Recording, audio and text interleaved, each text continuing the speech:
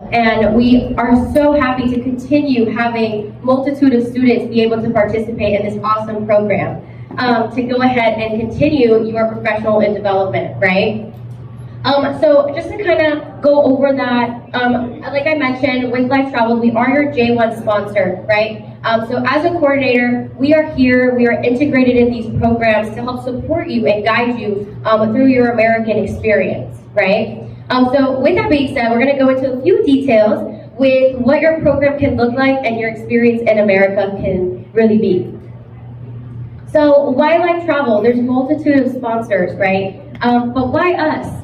We are a smaller organization, and I see that as a huge opportunity. I personally oversee all of the applications for all of our J1 applicants, so I will always remember your names. And especially when we do orientations, we do our best to always do them in person if we are available to do so. So if you are selected for one of our Orlando hotels, you will definitely be seeing me again in person. So I hope that we are able to have this great connection today and just have that huge, great, positive experience throughout today and throughout your experience. So with that being said, we do provide you with a lot of support and guidance between now and your arrival and through your POL program in the United States, okay? And with that being said, you get a bunch of documents with a lot of great information that is built to support you and guide you through your program and arrival. And with that, you get medical insurance through Life Travel throughout your DS 2019 start and end program dates. We provide you housing assistance. And it's a little scary going into a whole country that you've never been to before. What are the areas like? What's fun for me to do? Where can I go? Don't worry, we'll definitely be there to support you through that. We provide you with a lot of support in terms of areas to look through. We partner with employers to best support you in getting you in logistical areas for your employment and program. Okay. With that, you guys get, again, another orientation. Like I said, here in Orlando, I'll be the one doing your orientation. And we also provide you with assistance of getting your social security number, getting your bank account and US phone number activated while you're in the States. And you always have an on-call coordinator 24/7 throughout your program.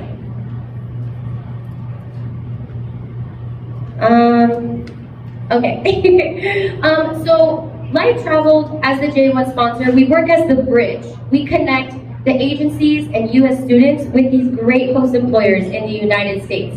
So what we do in that connection, we link you between your agent and the employer. We provide you that support system and program point of contact throughout your duration of your program in the United States. And we are ultimately responsible for your health and well-being throughout your program. So if you ever feel that you're just a number, I promise you, you're not. We regularly check in with you. I call you, make sure that if there's anything that we can do to support you and guide you, we're available to you 24/7, okay? And just to kind of discuss what your agency does as part of the bridge between us and your host employer, they do your preliminary recruitment, which is what we're here doing today. They provide you with information regarding your program. They assist you with your application package and collect your program payments. Now, your host employers, which wave at them right over there. Hello, host employers. They conduct your placement interviews, which is what we're going to be doing today. They will offer you the positions, right? Because we're fingers crossing that that's what we're getting today, right? And they provide you your renowned training while you're in the United States and provide you with that healthy work environment. So the program. So what is the APT program, right? So this program is an awesome opportunity to gain practical work experience and training through your various rotational periods throughout your host employer. Along with training, you'll be able to be introduced to American culture and encouraged to exchange your culture with us Americans. You guys are ambassadors of your country while you're here and while you're over there in America. The same way that here now we're acting as ambassadors for our country because we're from the U.S. We've never been here before. So please, it is an exchange program, but remember, you're not only gaining U.S. culture experience. You're sharing your culture with us. Remember that, okay? It's really important that you remember that because, especially in the United States, we are a melting pot of multiple nationalities, countries, all like huge melting pot, everywhere around the world. So just remember that you have also an impact on that as well. Oh, sorry. So what we're going to talk about is what the program is not. So like I mentioned, the J1 visa was created as a cultural exchange program. So this program is not a work program and it's not a student program. This is an education-based cultural exchange program, okay? And most importantly, the money that you gain during this program is not built to provide you with reimbursement for your program costs or to send money back home, okay? So, like I mentioned, the cultural component, right? That's what this program is really based on. People ask me all the time, Analys, how can I participate in the culture? I'm gonna ask them, did you have mashed potatoes yet? Did you wear a checkered flannel? I'm sure you have, right? So just keep in mind, I don't expect you to travel to Alaska to see the Northern Lights. Even though if you do, let me know, I'll go with you. But just keep that in mind. The cultural component can be as simple as going to the supermarket and buying a haichu, a American version of a haichu or something like that. So we're going to talk about the training plan. So this is my most important aspect of your program. This is basically your contract of what your training plan and what your experience in the United States will look like while you're training with your host employers. So just keep in mind that you will be receiving a detailed training plan that outlines your learning objectives throughout your time in the program. And with each phase, it will be building on the last. So you will never be stagnant in one location. You will constantly be growing and learning throughout your experience in the United States. Just keep in mind that your training plan must be followed at all times. What I always have everyone do is, it's sometimes a lot of words to remember. I can't remember a lot of words. So what I do is I always refresh my memory. Every month I go through the training plans and I just review it. It's good to be educated on what your program should be looking like while you're going through it. So that way, every month you can review your training plan and say, you know what, I am achieving these goals. I am learning this. And that way, when you go on to the next training phase, you'll feel even more confident moving through your program. I keep pressing the wrong button. There we go. So evaluations. Your evaluations will be sent to you through your program. So you'll receive an arrival evaluation, and you'll receive a mid-evaluation and a final. These evaluations are Department of State required. And these evaluations are mostly important because it allows us the opportunity to check in with you and make sure that you're satisfied with your training, and that if there's anything we can do to help support and guide you, we have the opportunity to do so. And also, you have the opportunity to submit photos of of things that you're doing, which I love to see your photos. We have blogs and an Instagram page, and whenever the office gets together, we choose our favorite photos and we get to post them. So just make sure that all those pretty smiles that I see today, you're grabbing those selfies and posting them and sending them to us, because we absolutely love seeing you guys really gain that cultural experience while in the United States. So these evaluations occur, and like I mentioned at the beginning, the mid and the final of your program, and these are mandatory. So I just want to make sure that we all understand that they are mandatory by the Department of State, and it's really great for you to provide us that feedback, because if there's anything that we listen to our participants. So if there's any feedback that you guys have for us, we always want to hear it. We're always looking for ways to improve and grow. So if there's something that we can fix or alter to make better for you, we'll definitely work together with you and partner with you to get that successful.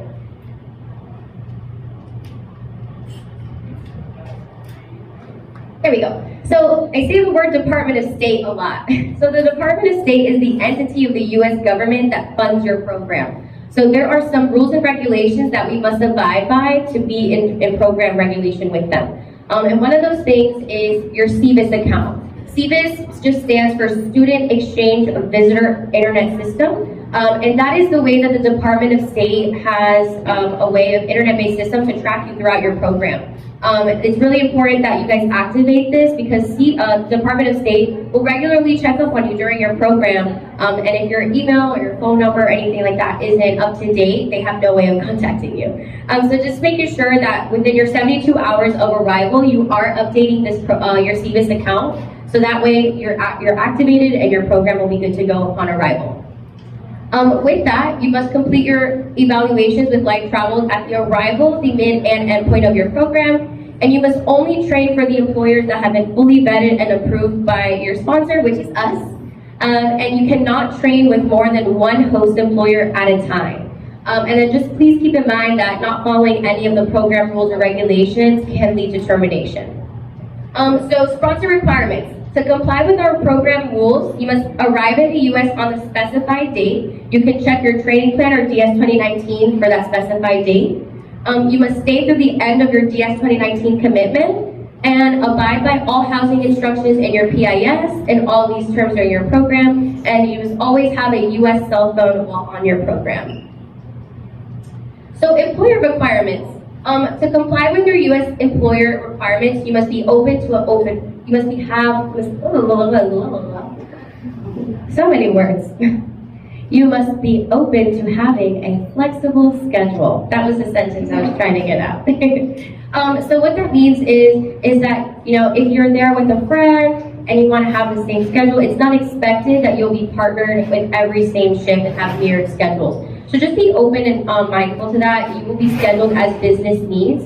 And then per the Department of State requirements, you are required to work a minimum of 32 physical training hours as well, okay? So you must arrive to work on time and to all scheduled shifts, which everyone here was on time today. So round of applause, yay! We're already one step to success. And as well, you must follow all policies, including attendance and cell phone policy. And I don't think any of us are gonna have an issue with this one, but you should be positive at work. But it looks like everyone here has a beautiful smile and great energy, so I don't think we're gonna have an issue with that one. So the overstay impact. So what the overstay impact means is when you have your DS end date, you are legally allowed to stay in the United States for 30 days after that DS end date, but you are required to be back home by that 30th day. What I suggest to all of my participants when I do their orientations is that I suggest that you be proactive. And I would schedule, if you plan on staying those 30 days, I suggest booking your flights for 48 hours before. The reason why is because pilots don't show up sometimes, or the plane is down, or the flight attendants, they're not enough, and they cancel our flights. Gonna leave you in on a little secret. I was supposed to arrive on Friday around 7 p.m. I was stuck in San Francisco for 24 hours, and I landed on Sunday at 9 a.m. So just keep in mind that things change, and even if it's not your fault and you do arrive one day after that last 30 day, unfortunately you will be marked as an overstay. And the reason why it's so important that we minimize our overstays is because that is how the embassies decide on their visa approvals and denials. And we don't want any, we want as many visa approvals as we can. We want this program to be as positive and as full as we can. So just keep in mind that you might think that you're one number, and I promise you, you're not. So destinations. We're going to talk about what it looks like when you're researching your post-employer and the area that it looks like. Just keep in mind, when you get your placement information sheet or your PIS, really read it and research it and look into the cities, see if that's something that you can see yourself being successful in. I have students from Thailand who, I could never do it, but they're like, I want to live in Alaska. I want to go to Alaska. And I'm like, it's 90 degrees where you live. How could you go to like -20 on a day-to-day basis? I can't. But that's okay, and that's why it's really important that you take that initiative and just research your area that you're going to be going to. Your programs are 12 months. That's a whole year. So we want to make sure that you're satisfied before you make that decision to move to these cities and states, okay? Budgeting. So we're just going to talk about budgeting. Like I mentioned, your program, the money that you make throughout your program is not meant to pay back your program costs or send money back home, right? So we just want to make sure that you are fully prepared going into the program and are realistic about your expectations throughout your program. If you are ever needing support in budgeting or anything like that, I will be happy, or be more than happy to sit down with you and go over the budgeting plan and make sure that you feel successful throughout your program. So the pandemic, COVID happened, right? Ooh. So just keep in mind that your host employers and the companies have their own policies and procedures in regards to COVID. Just make sure that when you are following up with your host employers, you're aware of what those policies and procedures look like and are able to game plan around that. And just to keep in mind, with your insurance coverage with your COVID-19, your insurance will cover you if you contract COVID after arriving into the U.S., but not if it's a pre-existing condition. So just make sure that you read up on your insurance information and are prepared to handle that if it does happen. The resources, we're going to be giving you a lot of them. So I don't expect you to memorize every word of every document, but I do expect you to review these and are aware of what is in these documents. So that way, if there's ever a time where you have a question or want to update yourself on some information, you know where to go to find it, okay?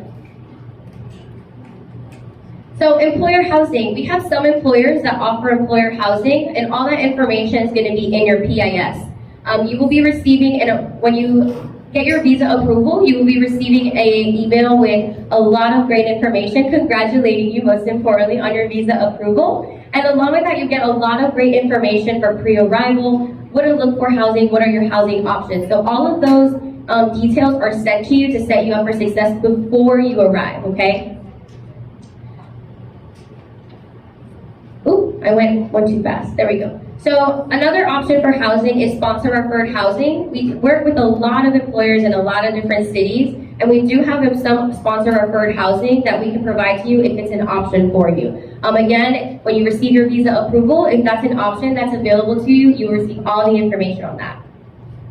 And lastly, we have self-housing as an option. Self-housing is pretty self-explanatory. It's housing that you find yourself. Your self-housing does have to be vetted and approved by us first. So just make sure that when you are collecting and researching, you're doing diligent work preemptively to look into your city, make sure it's a timely commute between your host employer and your housing if you're selecting self-housing.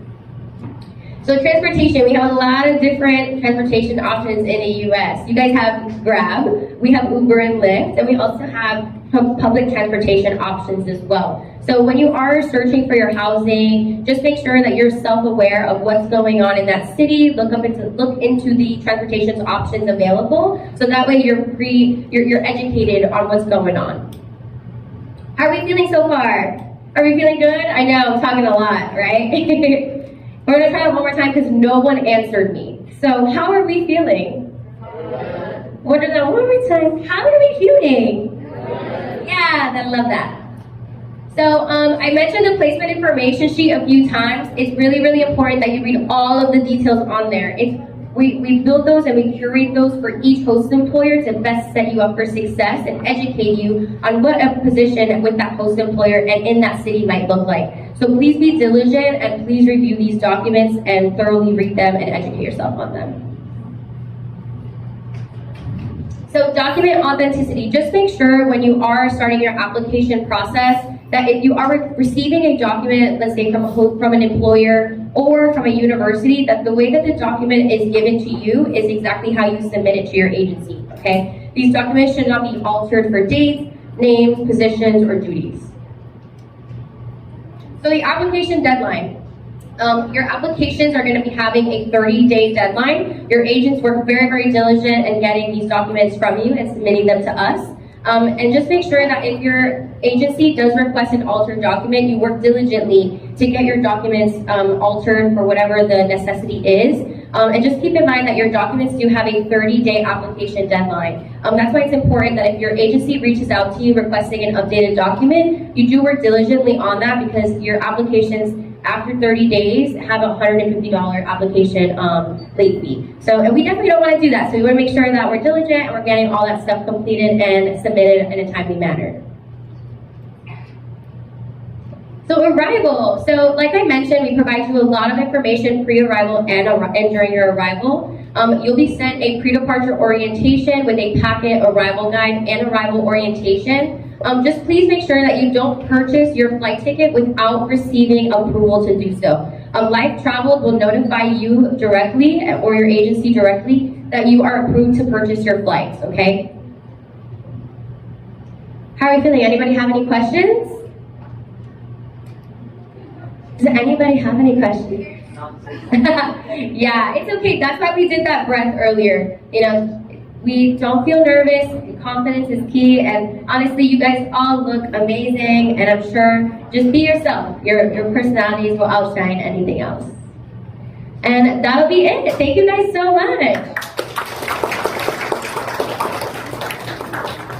Okay, a round of applause please to Miss Analys. Thank you so much, Miss Analys.